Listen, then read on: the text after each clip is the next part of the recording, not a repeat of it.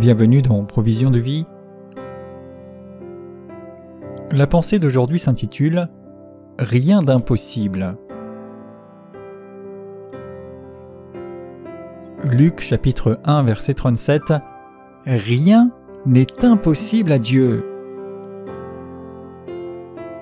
Cette parole a été donnée par l'ange à Marie qui lui annonçait qu'elle donnerait naissance à Jésus, le Christ, le Fils de Dieu.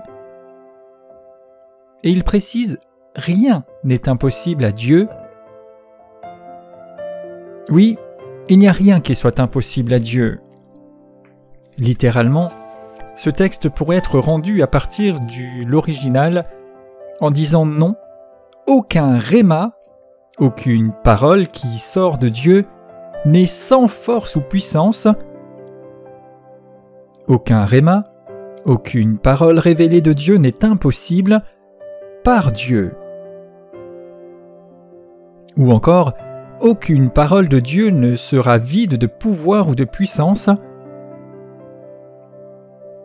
Lorsqu'il est dit donc que rien n'est impossible à Dieu, c'est en fait relié avec la parole de Dieu, qui n'est pas vide de pouvoir, qui n'est pas sans force ou puissance, qui n'est pas impossible.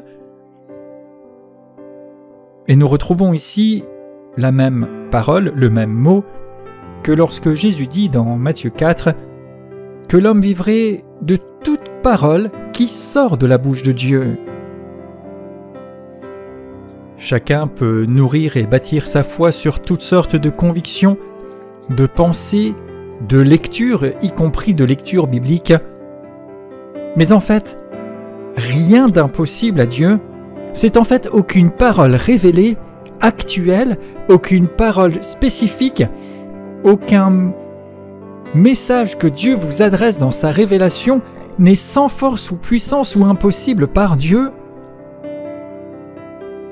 Alors pour vivre ce rien d'impossible, nous avons besoin d'être proche de Dieu, d'être connecté à lui, d'être à l'écoute de ce qu'il dit maintenant, ici, d'être à l'écoute de ce qui sort de sa bouche, car chaque parole qui vient de lui, comme révélation, comme message, comme communication, est remplie de force et de puissance, contient en elle-même la capacité de s'accomplir et agira. Dès lors, nous pouvons dire que rien ne lui est impossible et que rien de ce que nous demandons ou de ce que nous faisons ne l'est, parce qu'en fait, nous ne demandons ou ne faisons que comme l'écho de ce qui vient de lui et qui contient en soi le pouvoir.